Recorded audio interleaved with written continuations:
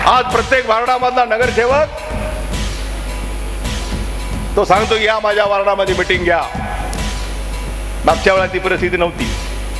मागच्या वेळा म्हणायचे कोणत्या वार्डात सभा आहे, म्हणलं तुमच्या वार्डात चाललोय, मला जरा काम आहे, मी जरा जाऊन येतो तिकडे. कारण त्याला माहित होतं की तिथे गेलं तर आपल्या अंगावरच लोक येतील. पहिल्यांदा कुठं गेलता, काही काम केलं नाही. आज ती स्थिती नाही आहे, कारण केंद्र सरकार राज्य सरकारकडनं पैसा आला आणि त्या पैशाचा वाटप प्रत्येक वार्डामध्ये, मग कुठं गटारी काढायचं असेल, कुठं सिमेंट रोड काढायचा असेल, कुठं आणखी काही समाज मंदिर करायचं असेल, कुठं काही सांस्कृतिक भवन निर्माण करायचं असेल, अशा पद्धतीनं सर्वांगीण या शहराच्या विकासामध्ये हा पैशाचा विनियोग या ठिकाणी उत्तम पद्धतीने करण्यात आलेला आहे. आणि म्हणून आज आम्ही बघतोय की एक वेगळं चित्र आज आपल्याला या शहरामध्ये बघायला मिळतं. लक्ष्मण आमच्या कांबळे हा नगराध्यक्ष झोपडपट्टीमध्ये राहणार आहे.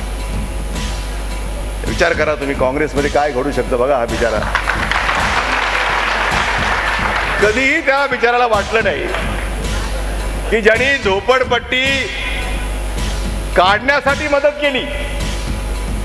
आज मेडिकल कॉलेज ज्या ठिकाणी झालं त्या रेल्वेच्या लाईनमध्ये वर्षानुवर्ष लोक झोपडपट्टी तिथं राहायचे आणि आम्ही प्रत्येक वेळा त्यांना मदत करत होतो आणि त्यांना सांगत होतो की रेल्वेला आम्ही सांगू, काळजी करू नका, तुमच्या कुणी हात लावणार नाही, बुलडोजर येणार नाही, हे त्यांना सांगून आम्ही त्यांना थांबवलं होतं.